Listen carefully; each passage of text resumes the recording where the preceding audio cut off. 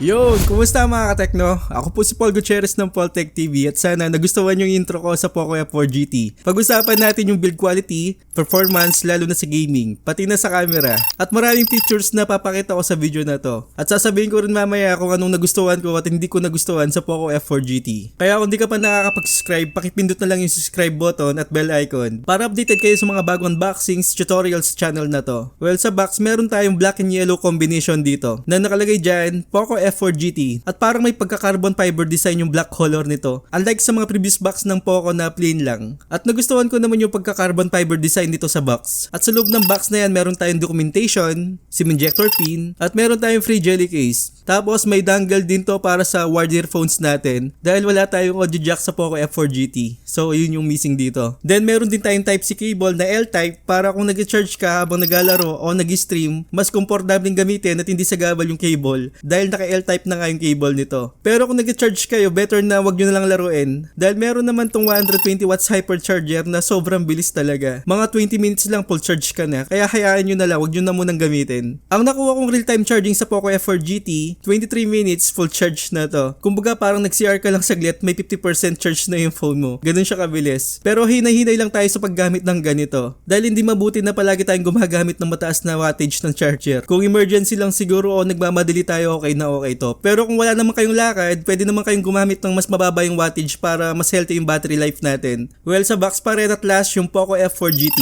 At ang nakuha kong kulay is silver o tawag nila dito is night silver. Pero may ibang option naman kayo na steel black at cyber yellow. Na sobrang ganda ng design ng yellow na to. Na parang Bruce Lee edition sa nakaraang Poco F3 GT at hindi lumabas globally. Kaya masaya ako na meron tayong global version sa gaming edition ng Poco. At mataas yung chipset kumpara mo sa nakaraang Poco F3 GT. Tapos ang nagustuhan ko yung build quality nito is sobrang premium. Dahil yung design nito sa frame is flat talaga. Pumantay din yung color silver sa design ng back panel. Sobrang nagustuhan ko tong silver color over sa black color. Pero maangas talaga yung yellow. Pero satisfied talaga ako sa silver. May pagka-muted silver yung back panel nito. At may line dyan na may pagka-mirror finish. Parang may texture pa nga o naka-imbus pag ginawakan mo. Pati yung mga triangular design sa may gilid ng phone, parang may texture din. About naman sa camera module, meron tayong rectangular design dito. At sa loob niyan yung tatlong camera natin na 64 megapixel camera, 8 megapixel ultra wide tapos yung 2 megapixel macro. At sa gilid ng mga camera na yan, nandiyan yung notification lights natin o LED lights natin na pwede mong palitan yung kulay depende sa kulay na gusto mo. Tapos may nakalagay din dyan na freezing at SPDS. Then kung mapapansin nyo, meron tayong lighting design sa mismong flash ng camera na trademark ng gaming edition ng Poco o Redmi. At take note, glass yung materials na ginamit sa back panel. Pero hindi ko ma-confirm kung ano klaseng glass ang ginamit dito. Pero ang cool talaga ng back panel nito. Sa bottom, meron tayong microphone, Type-C port, at yung unique speaker grill na kakaiba sa ibang phone na nai-unbox ko. Medyo naka-open na masyado yung speaker nito kumpara mo sa ibang phone. Sa top naman, meron tayong infrared sensor, microphone, tapos yung secondary speaker. Na masabi ko sa speaker nito, malakas talaga at may punch talaga. Minsan nga kapag mag-isak sa kwarto, hindi ko siya matodo. Kasi sobrang lakas talaga. At balance yung main speaker sa secondary speaker. Sobrang satisfied ako sa speaker nito.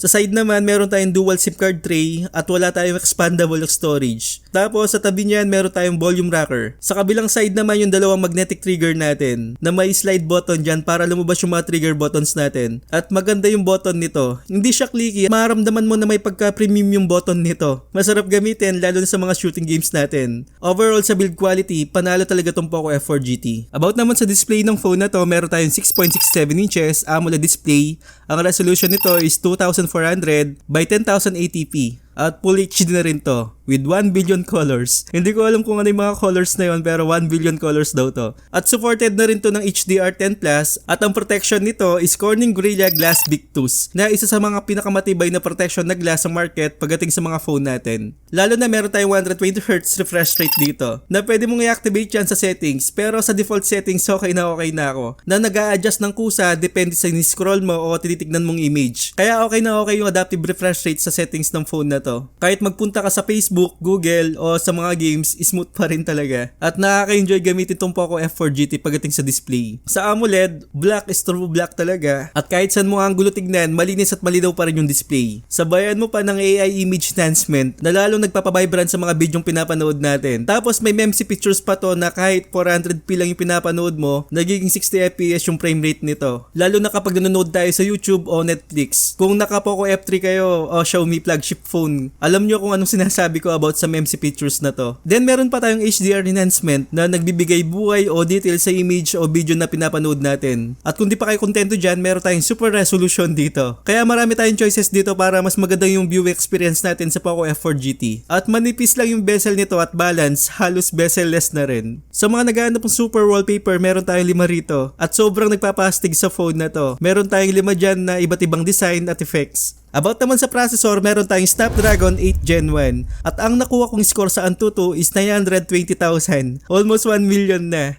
Sobrang taas na yan para sa ganitong phone at wala akong masabi sa builds ng processor nito. At take note, akala ko mainit to sa games. Nakakuha lang ako ng 43 degrees Celsius while playing games sa Genshin Impact at nilaro ko yan about 10 minutes at naka high settings ako at 60 fps. Pero nung nasubukan ko to sa Redmi K50 Gaming Edition, mas mainit kumpara mo dito sa Poco F4. At baka nagtataka kayo kung bakit mas mainit yung Redmi K50 over dito sa Poco F4 GT. Actually guys, maraming pinagkaiba yung Redmi K50 Gaming Edition sa Poco F4 GT. Like yun, naka China ROM over dito sa Global ROM. At napansin ko mas optimized tong Poco F4 GT kumpara mo dun sa Petronas dahil meron tayong ultra graphics at ultra refresh rate na pumapalo ng 120 fps sa Mobile Legends. Compare mo dun sa Petronas so Gaming Edition na wala pang ultra refresh rate o ultra graphics. At ang pinakamalaking pinagkaiba nun ng K50 sa Poco F4 GT, wala tayong game space sa Poco F4 GT. Pero sana maglabas din sila ng special edition na global. Pero malay natin baka may unbox din natin dito yun if ever na dumating sa global market. Well anyway, test ko rin to sa Asphalt 9 at walang lag, walang frame drops. Sobrang detailed at smooth yung playing dito. Pero mas masarap maglaro sa mga shooting games dahil meron nga tayong magnetic trigger button dito na sobrang dali lang setup at napaka straightforward. Pag nasa game ka na, activate mo lang yung trigger button natin, then punta ka lang sa Game Turbo, makita mo na yung shoulder button sa menu ng Game Turbo. Ilagay mo lang kung saan mong button gusto at isave mo lang. Sobrang straightforward talaga. Masarap talaga maglaro gamit tong trigger button na to. At kung gusto mong additional settings sa trigger button, meron pa tayong 4 na sound effects dito pag-activate ng trigger button na yan. Like meron tayong bullet,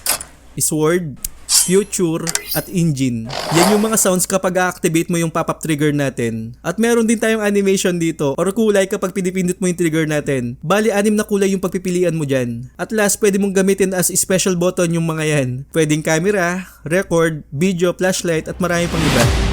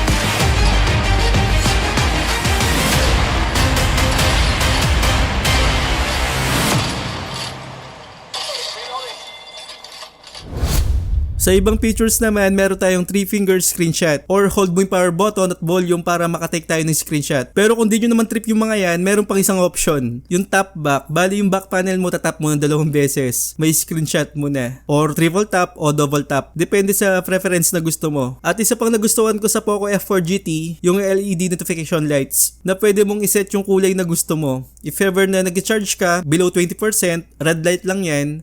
Then kapag nasa 50% na siya, magiging yellow siya. Pag full charge ka na, magiging green naman. Pati nga sa message or call, magbiblink yan kapag may notification na darating. At pwede kayo mag-request ng games para matest natin sa full review natin. At subscribe kayo sa channel ko syempre, tapos pakiclick na rin yung bell icon. About naman sa camera, meron tayong 64 megapixel main camera, 8 megapixel ultra wide, tapos 2 megapixel macro. At meron din tayong 20 megapixel front facing camera. Sabi ko nga dati, ang mga legit na gamer walang pakialam yan sa camera. As long na mabilis yung processor, magandang maglaro, okay na okay yung mga yan. Pero dito sa Poco F4, solid yung image processing nito pagdating sa camera. Parang may napansin nga ako na sobrang mataas yung contrast nito kumpara mo sa ibang flagship na phone. Mas nakukuha yung mga details lalo na sa outdoor shooting. Maganda yung kulay at stable yung EIS nito or yung electronic image stabilization. Dahil meron tayong 4K at 60 FPS sa video.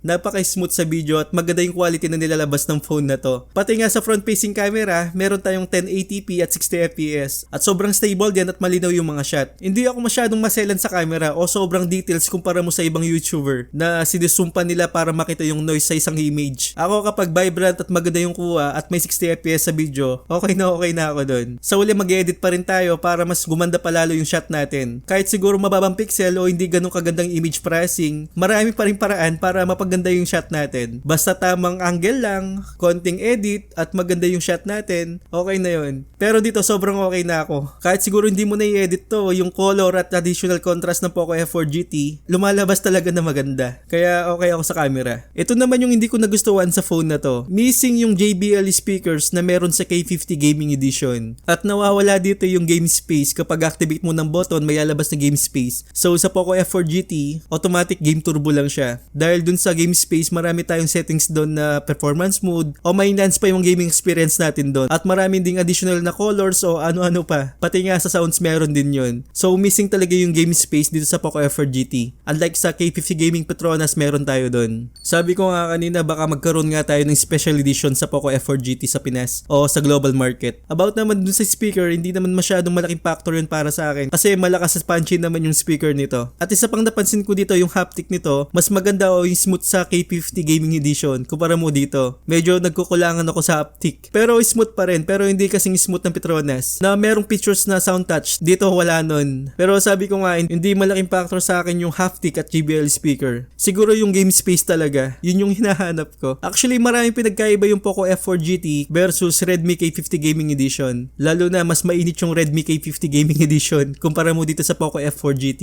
Kaya huwag kayong maniwala sa ibang tech na same lang sila. Maraming pinagkaiba talaga. Dahil ako na-test ko talaga yung dalawang to. Isa pang hindi ko nagustuhan sa phone na to, mahina yung Bluetooth earphones nito. Even sa nakadangle ako o wired earphones, parang less 30% yung hina nito. Sobrang hina talaga. Kailangan pa siguro ng software updates to para lumakas pa lalo yung Bluetooth earphones natin o wired earphones natin dahil may kasama nga tayong dangle dito. Marami pa tayong pag-uusapan sa full review sa Poco F4 GT. Kaya wag niyong kalimutan mag-subscribe sa channel ko. Overall, highly recommended ko tong Poco F4 GT. Kesa mag-flagship kayo na mabilis o magandang camera, dito meron ka ng additional magnetic trigger button dito. At overkill talaga sa games. So, salamat sa panonood. Magkita tayo sa mga susunod na video at full review ng Poco F4 GT. So once again, this is Paul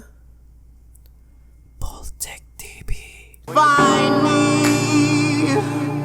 hope you find me.